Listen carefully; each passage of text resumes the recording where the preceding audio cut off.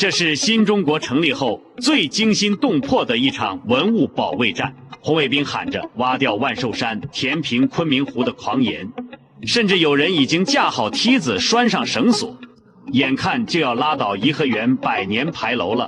關鍵时刻，周總理親自打電話阻止，派秘書趕去現場，硬話軟話都說盡了，才攔下了這場浩劫。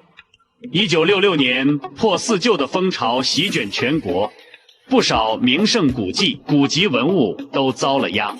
北京西郊的颐和園也沒能躲過。這座明清2代經營了幾百年的皇家園林，從萬壽山到昆明湖，從長廊到牌樓，一磚一瓦都是幾百年匠人的心血，是實打實的國寶。可在那個是非顛倒的年頭，卻被當成了該砸爛的舊東西。一群紅衛兵多次衝進颐和園，聲勢洶洶，喊着要徹底改造這座封建園子。折騰了一圈，他們盯上了東宮門外那座顯眼的過街牌樓，目標大，好下手，成了第一個要拆的对象。很快梯子架了起來，人爬了上去，粗繩牢牢拴在牌楼上，只要下面一使劲，這座幾百年的古建就要變成碎木頭。千鈞一髮之際，颐和園管理處的電話突然響了。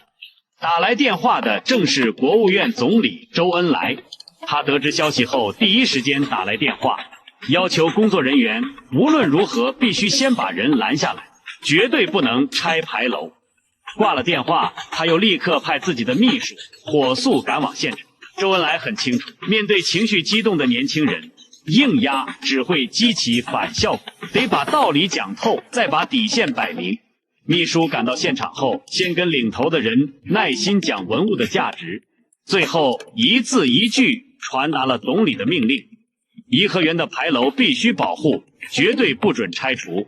話不多，卻斬釘截鐵，沒有半分商量的餘地。眼看總理態度這麼堅決，圍在下面的人最終鬆了手，悻悻散去。一場眼看就要發生的破壞就這麼被攔了下來。可周恩來並沒有放下心，他反復叮囑管理處的負責人，一定要保住整座園林，維持原貌。堂堂一國總理，日理萬機，何必為一座牌樓這麼較真？答案其實很簡單，在周恩來看來，這些古建文物不是哪個朝代的私產，是整個民族祖祖輩輩傳下來的家底。拆毀只需要幾分鐘，重建卻要幾百年。一旦砸了，就再也補不回來了。在那個人人自危的年代，敢站出來說一句不准拆，本身就需要極大的勇氣和擔當。他護住的不只是一座木頭牌樓，更是一段不能斷的歷史。可保住一座牌樓只是個開始，比颐和園更珍貴、處境更危險的是城中心那座600年的紫禁城。很快，周恩来就下了一道讓所有人意外的命令：關閉故宮所有大門，派軍隊进駐駐守。這道命令一下，故宮的宮門整整5年沒有打開過。